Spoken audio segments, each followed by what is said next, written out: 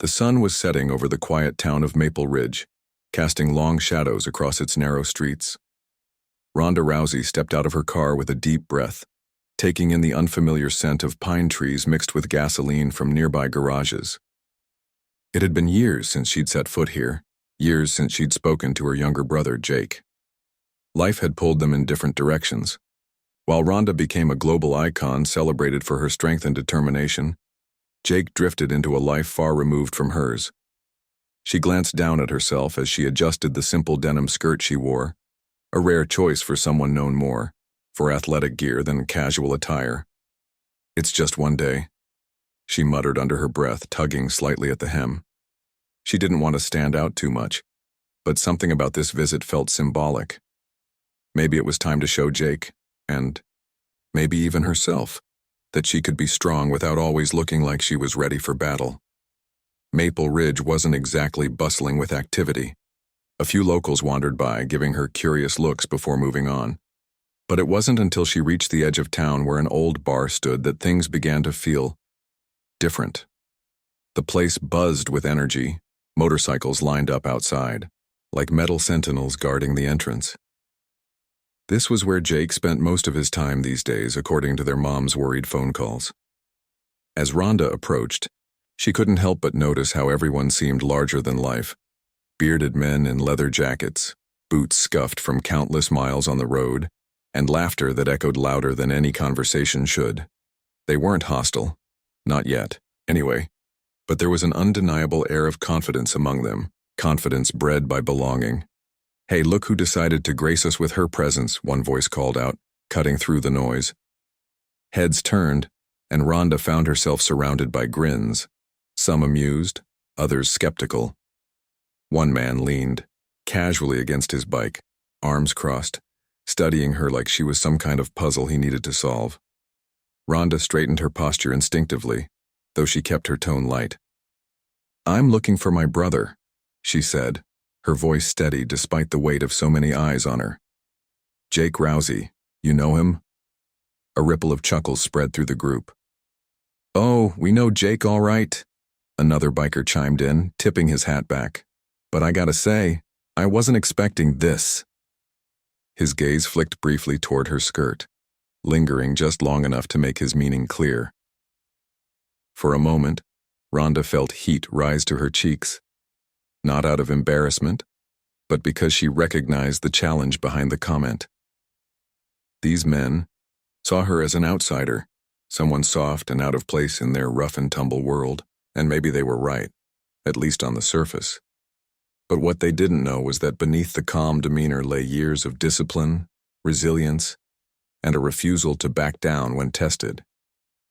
Before she could respond, a familiar figure emerged from the crowd. Jake. He looked older, scruffier, but unmistakably her little brother. For a split second, relief washed over her face, only to be replaced by irritation when she noticed the smirk tugging at his lips. "Well, well," Jake drawled, glancing between Ronda and his friends. "Didn't think you'd actually show up." "And miss seeing if you've completely lost your mind?" Ronda shot back, crossing her arms. Her tone carried both affection and exasperation, a mix only siblings could truly pull off. The bikers laughed again, clearly entertained by the exchange. But Ronda wasn't laughing, not entirely. Beneath the playful banter, she sensed something deeper, an unspoken tension between her brother and the people he now called family. As much as she wanted to reconnect with Jake, part of her wondered if this trip might end up being more complicated than she'd anticipated. Little did she know, the real test of her strength and her patience was just beginning. The laughter around Ronda grew louder, echoing off the walls of the bar as Jake stepped closer. His smirk widened and his friends exchanged knowing glances. It was clear they'd already formed an opinion about her, someone who didn't belong here, someone too polished for their gritty world. "Didn't think you owned a skirt," Jake teased, leaning in slightly. "Guess there's a first time for everything." Ronda raised an eyebrow, not missing the playful jab. She wasn't offended. After all, this was Jake. But she couldn't help but notice how some of the bikers seemed to take his comment as permission to join in. One man near the back let out a low whistle, while another leaned over to whisper something to his neighbor that made both of them chuckle. "You sure you're dressed for this crowd?" One of the bikers finally piped up, his voice carrying across the group. He wore a leather vest covered in patches, each one telling a story Rhonda couldn't begin to understand. "This ain't exactly high fashion, Central." Rhonda turned toward him, meeting his gaze without hesitation. There was no malice in his tone, just good-natured ribbing, or so it seemed. Still, she felt a flicker of defiance spark inside her chest. These men had no idea who she was or what she was capable of, and she wasn't about to let them underestimate her. "I'm pretty sure I can handle myself," she replied smoothly, her lips curving into a small smile. "But thanks for the concern." Her response drew more laughter, though it sounded a little less certain now. Some of the bikers shifted awkwardly, sensing they might have underestimated her. Others, however, weren't ready to let it go. "Handle yourself?" one of them repeated, stepping forward with a grin. He was tall, broad-shouldered, and carried himself with the kind of confidence that came from years of being untouchable. "Let's see how well you handle a little breeze." With that, he gave a dramatic wave of his hand, pretending to fan air toward her. It was meant as a harmless joke, a way to keep the teasing going. But when Rhonda felt the faint rustle against her legs, she froze. Her jaw tightened ever so slightly, and for a moment the playful atmosphere shifted. She glanced down at her skirt, then back up at the man who'd initiated the prank. "Funny," she said, her voice calm but edged with steel. "Real funny." Jake immediately stepped in, holding up his hands as if to defuse the situation. All right, cut it out," he said, shooting a warning look at his friend. "She's my sister, remember? Show some respect." But the damage was done. While most of the bikers backed off, murmuring apologies or shrugging it off as harmless fun, the man who'd fanned the breeze remained unfazed. In fact, he looked almost smug, like he'd proven something by testing her composure. Rhonda didn't say another word. Instead, she took a slow step forward, closing the gap between herself and the biker. For a moment, silence fell over the group, the only sound the distant hum of cicadas in the evening air. Then, without warning, Rhonda bent her knees slightly, reached out lightning fast and grabbed the front of the man's vest. Before anyone could react, she used his own momentum against him, twisting her body and flipping him cleanly onto the ground. The thud was loud enough to startle even the dogs barking in the distance. Everyone stared wide-eyed as the man lay sprawled on the dirt, blinking in disbelief. "What was that about handling myself?" Rhonda asked sweetly, brushing her hands together as if wiping away dust. Her expression was calm, almost serene, but her eyes gleamed with quiet triumph. For a split second, nobody moved. Then slowly, Jake started clapping. The sound was hesitant at first, but soon others joined in, their applause growing louder until it filled the entire space. Even the man on the ground managed a sheepish laugh as he accepted a hand up from one of his buddies. "Okay," he admitted, rubbing the back of his neck. "You've got skills. Guess we won't be messing with your skirt again." Rhonda smiled, though there was a hint of seriousness behind it. "Good idea." As the tension dissipated, the bikers returned to their conversations, though the mood had shifted noticeably. They still joked among themselves, but there was newfound respect in the way they looked at Rhonda. She hadn't come to fight, but she'd made it clear she wouldn't tolerate disrespect either. Jake watched her carefully, admiration flickering in his eyes. He knew his sister was tough. He'd grown up watching her train tirelessly. But seeing her assert herself like this, in front of his friends, was something else entirely. "You really are unstoppable, huh?" he said softly, shaking his head. Rhonda shrugged, meeting his gaze. "Just trying to keep things interesting." Little did she know, her actions that night would set off a chain reaction, one that would bring her closer to her brother and challenge everything she thought she knew about family, loyalty, and forgiveness.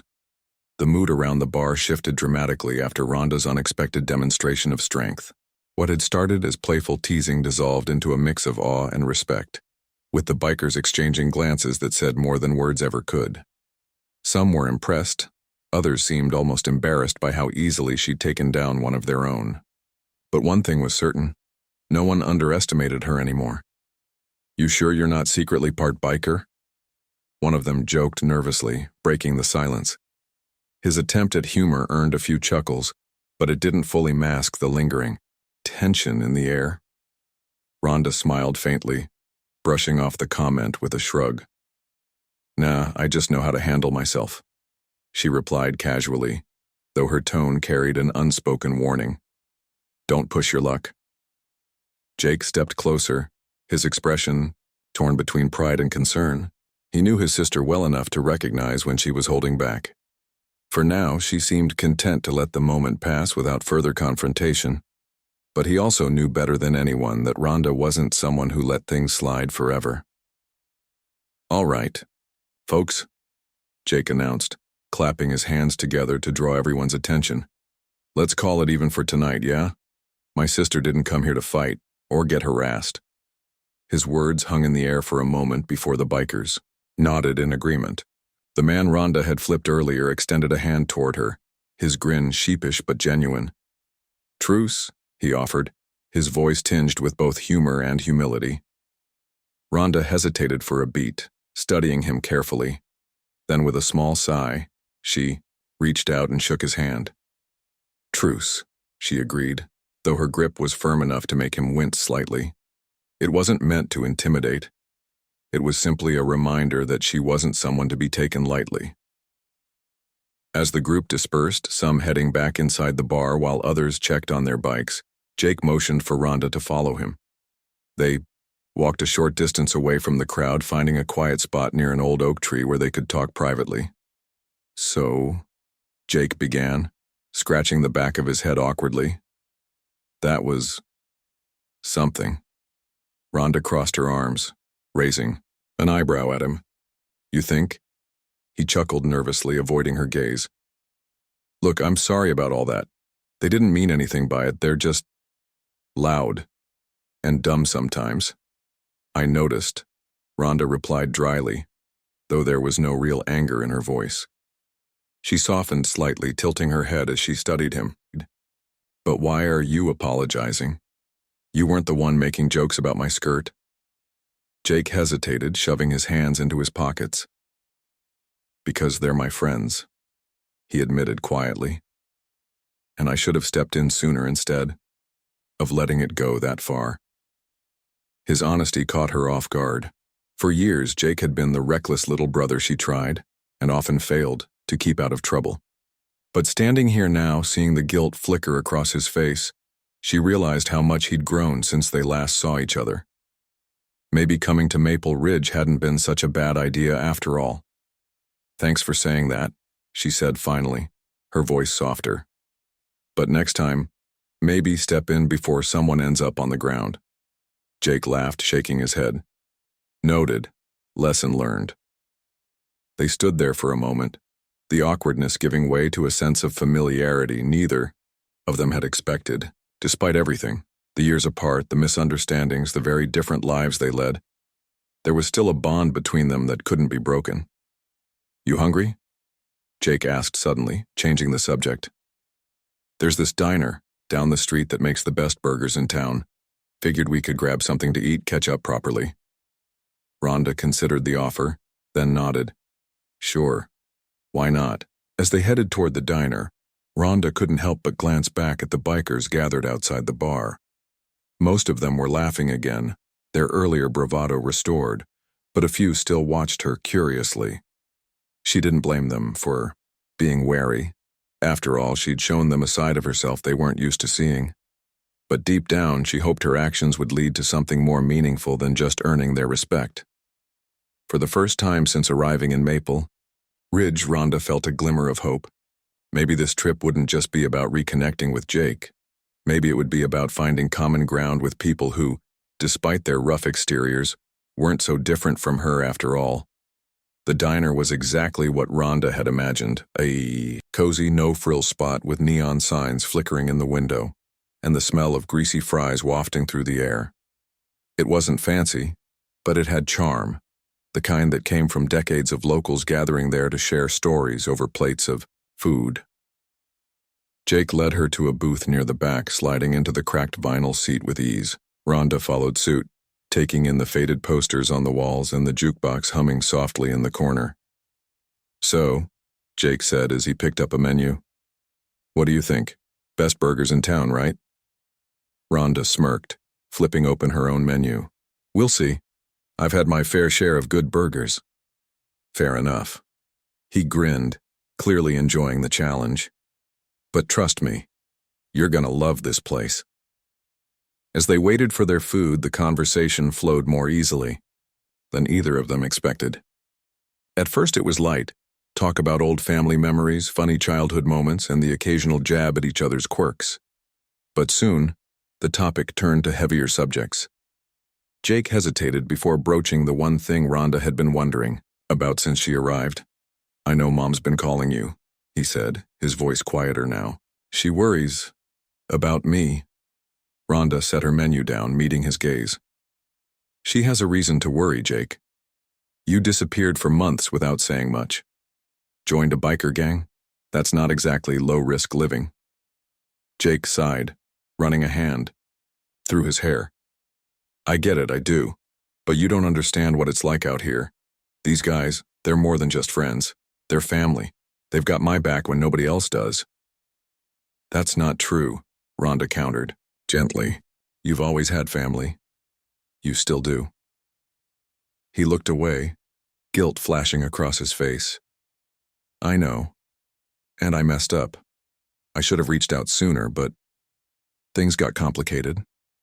Before Rhonda could respond, their server arrived, balancing 2 massive burgers stacked high with toppings. The sight made her laugh despite herself. "Okay, these do look impressive." Jake beamed triumphantly. "Told you." They dug into their meals, the tension easing slightly as they focused on the food.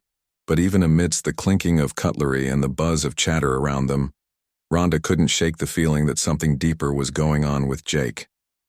There was a weight behind his words, a sadness he wasn't fully ready to share. After a while, Jake leaned back in his seat, studying her thoughtfully.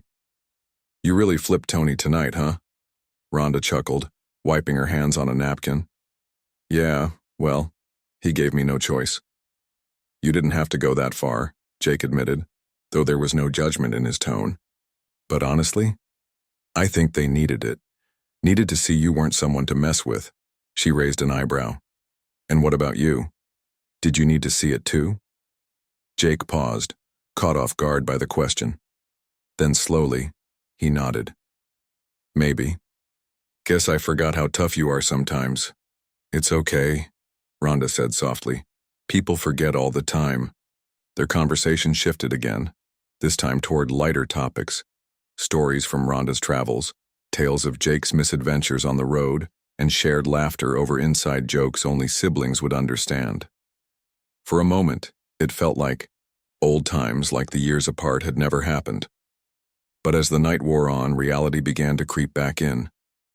When they stepped outside the diner, the streets were quiet, the earlier chaos replaced by a peaceful calm. The bikers were gone, their bikes no longer parked outside the bar. Only the faint hum of crickets filled the air. "You staying at Mom's?" Jake asked as they walked back to her car. "For now," Rhonda replied. "Why?" He hesitated, shoving his hands into his pockets. "No reason, just thought maybe we could hang out tomorrow, show you around town or something." Rhonda smiled, genuinely touched by the offer. "I'd like that." As they said their goodbyes, Jake lingered for a moment, watching as she climbed into her car. For the first time in ages, he felt a sense of hope, a chance to rebuild what they'd lost. And for Rhonda, the night had been a reminder that beneath Jake's tough exterior lay the same little brother she'd always loved. Driving away, she glanced at the rearview mirror, catching one last glimpse of him standing under the dim streetlight. She didn't know what the future held, but one thing was certain. This trip was already changing both of them in ways neither had anticipated. The next morning, Rhonda woke up to the soft chirping of birds outside her childhood bedroom window. Sunlight streamed through the curtains, painting the room in warm golden hues. It had been years since she'd slept in this house, and yet everything felt oddly familiar. The creaky floorboards, the faint scent of lavender from her mom's soap, even the old family photos lining the walls. As much as she loved her life, on the road there was something comforting about being home. Downstairs, her mom bustled around the kitchen, humming a cheerful tune as she prepared breakfast. When Rhonda entered, her mom turned with a smile that lit up the entire room. "Morning, sweetheart, did you sleep well?" "Better than I expected," Rhonda replied, returning the smile. She sat down at the table, watching as her mom placed a steaming plate of pancakes in front of her. "Thanks for letting me stay." "Of course," her mom said warmly, sitting across from her. "It's good to have you back, even if it's just for a little while." They chatted over breakfast, catching up on everything from work to friends to the latest news in town, but eventually the conversation drifted toward Jake. Her mom's expression softened, though there was a hint of worry in her eyes.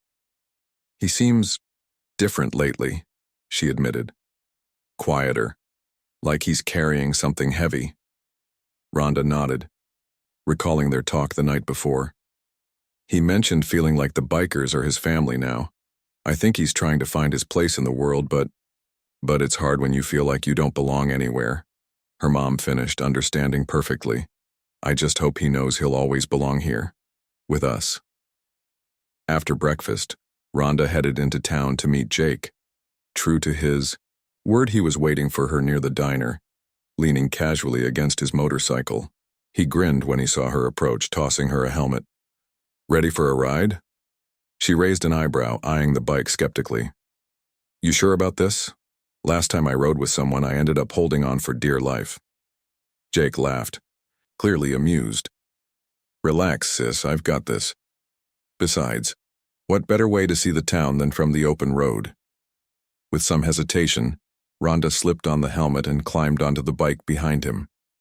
As they took off, the wind rushing past, her face she couldn't help but laugh. For all her strength and confidence, there was something freeing about letting go and trusting someone else to lead. For once.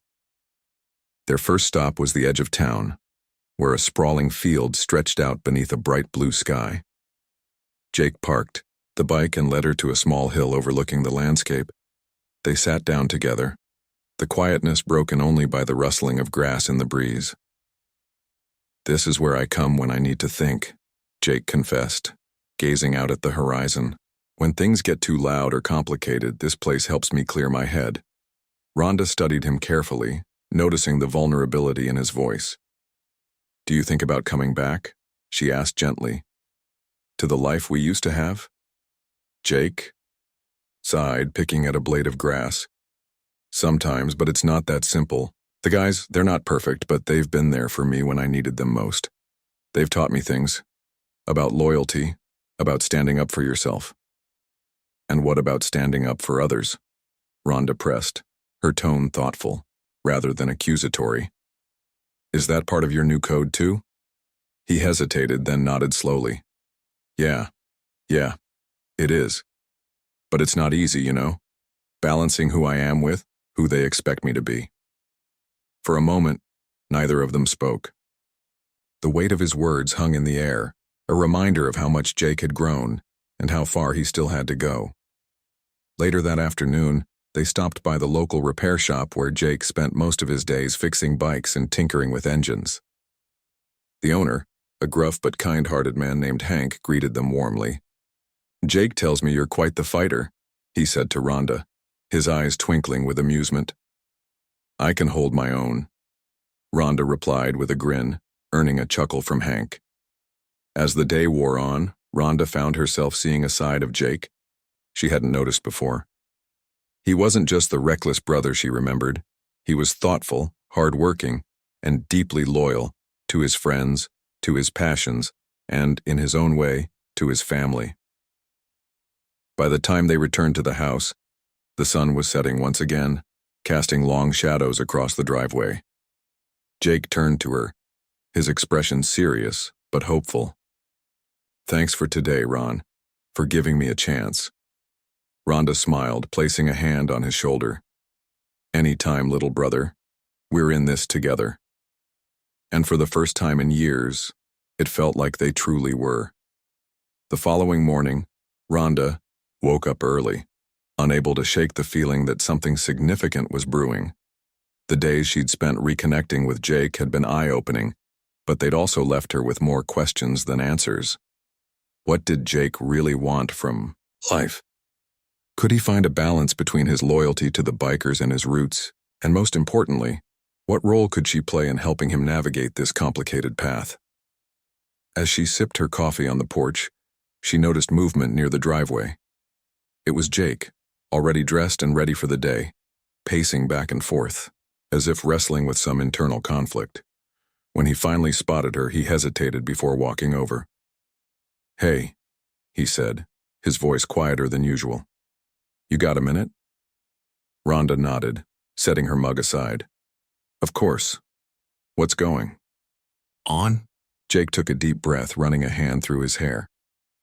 "Last night, after we got back, I couldn't stop thinking about what you said, about standing up for others." She tilted her head, curious. And?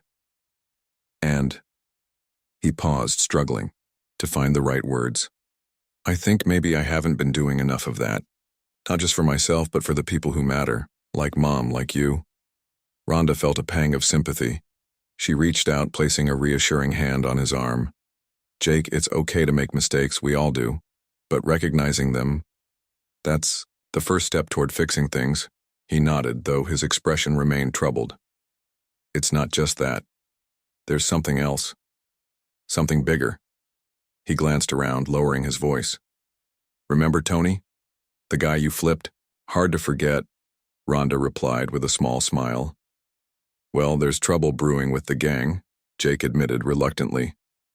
"Tony's been acting strange lately, talking about big plans and taking risks I don't think everyone's comfortable with. Some of the guys are getting nervous, but no one wants to say anything because Tony's always been the loud one, the one who calls the shots." Rhonda frowned, sensing the gravity of the situation. "What kind of trouble?" "I'm not sure yet," Jake confessed, "but whatever it is, it doesn't feel right. And if I don't speak up, someone might get hurt." For a moment, neither of them spoke. The weight of Jake's dilemma settled heavily between them. Rhonda knew how much courage it must have taken for him to confide in her, to admit that he was questioning the very group he'd come to rely on. "You don't have to face this alone," she said finally, her voice firm but gentle. "Whatever happens, I've got your back." Jake looked at her, gratitude shining in his eyes.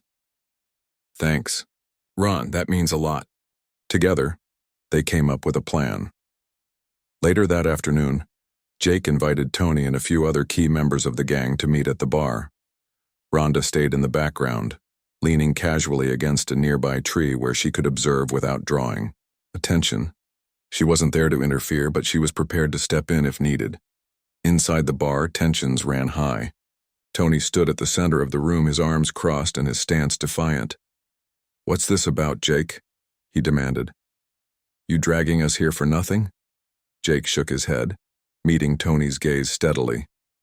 "No. I wanted to talk about these so-called plans of yours. Whatever you're planning, it's risky, too risky. And I don't think it's worth putting everyone in danger." Tony scoffed, rolling his eyes. "Danger? Come on, man. We've been in worse scrapes than this. You're just scared." "It's not about being scared," Jake shot back, his voice rising slightly. "It's about doing what's right for all of us. For the club." The room fell silent, the tension thick enough to cut with a knife. No one dared to speak as Tony glared at Jake, clearly unaccustomed to being challenged. Then, slowly, another biker stepped forward, a quieter member, named Chris, who rarely spoke up. "He's got a point, Tony," Chris said cautiously. "We've been riding together for years. If something goes wrong, we lose everything." One by one, others began nodding in agreement. Even those who had initially supported Tony seemed to waver under the collective pressure. For the first time, Tony looked uncertain, his confidence faltering. Outside, Rhonda watched silently, pride swelling in her chest. Jake had done exactly what she hoped he would.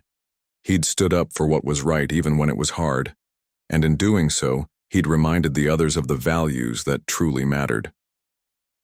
When the meeting ended, Jake walked outside to join her. His shoulders were slumped with exhaustion, but there was a spark of determination in his eyes. "How'd it go?" Rhonda asked, already knowing the answer. "They listened," Jake replied, a hint of disbelief in his voice. "For once, they actually listened." Rhonda smiled, pulling him into a quick hug. "That's my brother.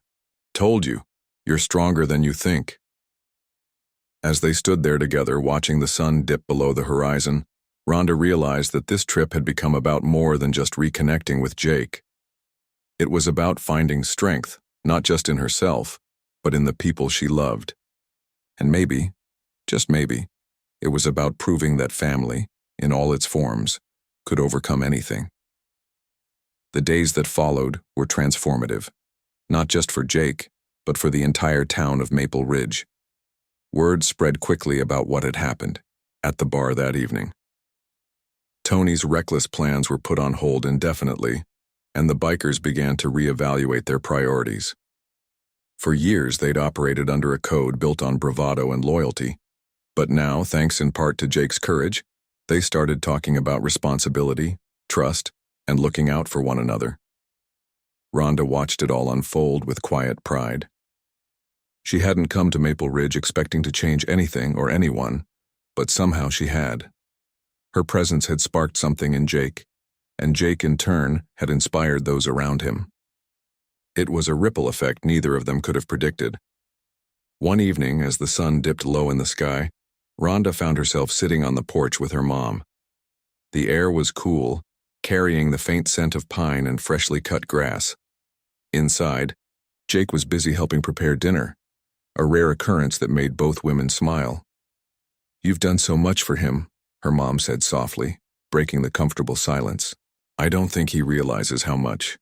Rhonda shook her head, brushing off the compliment.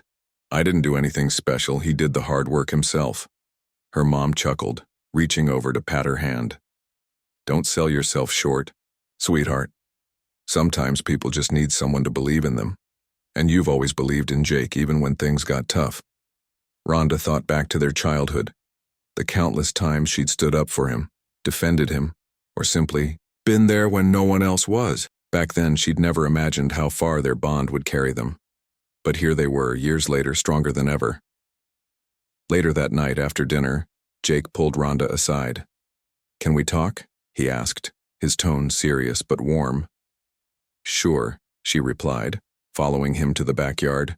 They sat side by side on an old wooden bench beneath the stars, the crickets chirping softly in the background. "I've been thinking," Jake began, his voice steady despite the weight of his words, "about everything that's happened since you got here, about how different things feel, better somehow." Rhonda nodded, encouraging him to continue. "I guess what I'm trying to say is, thank you. For coming here, for sticking by me, for showing me that I can be more than just this." He gestured vaguely toward the tattoo on his arm, a symbol of his connection to the bikers. "You reminded me of who I used to be, and who I still want to be." Tears pricked at the corners of Rhonda's eyes, though she blinked them away before Jake could notice. "You've always been amazing, Jake. You just needed a little push to see it for yourself." He laughed, shaking his head. "A little push? More like a full-on tackle." They both laughed, the sound light and freeing. For the first time in years, there was no lingering tension between them, no unspoken doubts or regrets. Just two. Siblings, finally at peace with each other and themselves.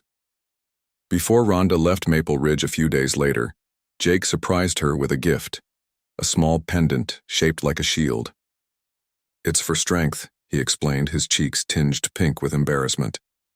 "In case you ever need a reminder of how badass you are."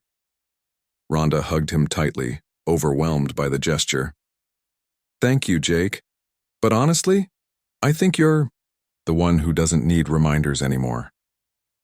As she drove away from the town she'd once dreaded visiting, Rhonda felt a sense of closure she hadn't expected. This trip wasn't just about reconnecting with her brother. It was about rediscovering parts of herself she'd forgotten along the way. She'd come to prove a point, to show she could handle anything life threw at her.